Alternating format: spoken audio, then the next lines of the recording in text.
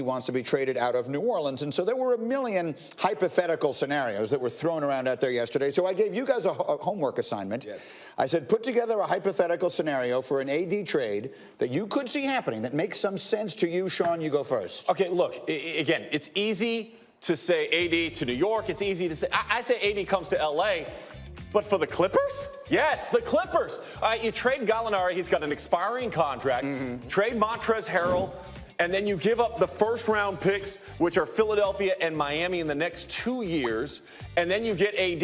You still have the cap space to get Kawhi Leonard. And then Steve Ballmer gets to do that.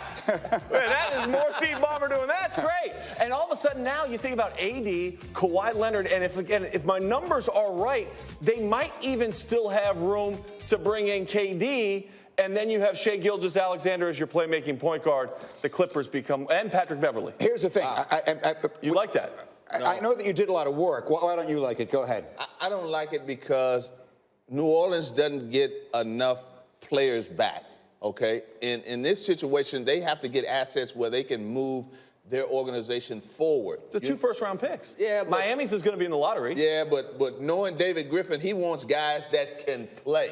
Okay, so this makes my situation even better. Go ahead, let's go to yours. Sean, I apologize. You know, you did a lot of work. I appreciate what you did. I was running numbers, too. He did. By the way, let me just say, Farnham yesterday was like, had people looking up guys' salaries and what will fit and what will not. You took this very seriously, which I appreciate. The salary cap has to be put into play there. And in 1 second, DJ said, that stinks. No, so, thanks, I appreciate it. You did. Sean, Hey, listen, buddy, you're my guy. Buddy, I can't wait to see what you've got. Give me a better one. What do you got? So here you go. You have New Orleans trading Anthony Davis and Solomon Hill. Right. Okay.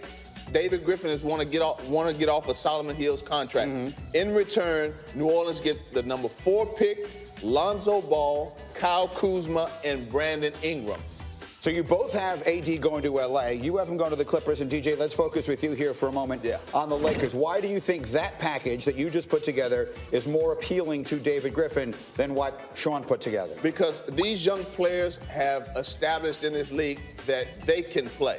Okay, so going over to New Orleans with Zion Williamson, whatever David Griffin can turn this number 4 pick into, you have a team that can compete in the West, probably get the 8th, 7th, be around the 9th seed in the West for a playoff. The X factor in all this to me is Lonzo, and I want to turn to the UCLA guy here because Lonzo comes in with as much hype, obviously a part of it at least manufactured by his father, but as much hype as just about any player we had seen before Zion in a while. Magic Johnson tells him we're going to put your number up in the rafters someday, and now we're talking about him as part of a trade, and understandably so. How good is he if he gets out from under the circumstances where he is now and gets a chance to really run a team with a player like Zion on the wing? How good can Lonzo Ball be? He would be great. He would be much, much better. He needs the ball in his hands. And with LeBron, you're not going to have the ball in your hands a whole lot. You also have to be patient with a point guard. There is no position that is more difficult to transition from the college ranks to the professional ranks than the point guard position, especially if you're 18, 19 years old. Because at that age, you're going against grown men who have grown man strength and have been in the game a lot longer and are just as athletic and stronger than you are. It takes time. Look at D'Angelo Russell's time in LA versus D'Angelo Russell's time with the Nets. Very different player. Yeah, so we'll see. Either way, it's fun. His deal is more realistic. It's fun to play these games. Yeah, look, and obviously AD wanting so badly to go to the Lakers. The other factor, and this is the Knicks, we'll see where it all winds up. Meanwhile, we get to Game 2 of the West tonight. Laura. A little more real than what you guys were talking about. Steph Curry been on an absolute tear since KD went down with a strained calf. In fact, he scored 69 points in his last 6 quarters. Our colleague Rachel Nichols sat down with him to talk about the run his team is on while they wait for KD to return. With our core, obviously, without K, you know, we have to play differently, and we have to kind of highlight what everybody's strengths are and do it by committee. Nobody, it's weird to say, gave us a shot to said we shouldn't have won the Houston series or whatever the case is. So, again, confidence and trust in each other to be able to make that adjustment on the fly. And we'll do it again when KD gets back in terms of, you know, the team that we want to be to win a championship. All right, so the Warriors might not be better without KD, but they sure are different. Golden State used only 3 ISOs in Game 1 against Portland, its fewest in any playoff game under Steve Kerr, according to Second Spectrum. And guys, yesterday, Greeny was trying to sell you guys on the fact that maybe the Warriors are better without Kevin Durant. Yeah. Anybody change their mind about how they felt about that in the meantime? No. Oh, okay. Absolutely not. But I'll say this, because I got a lot of hate from Golden State Warriors fans yesterday saying I was a Golden State Warriors hater. I'm not a hater. I enjoy the way that they play basketball. They move it a lot. Draymond Green running the point guard. Steph Curry, Klay Thompson running off a screen, shooting threes. That's my game.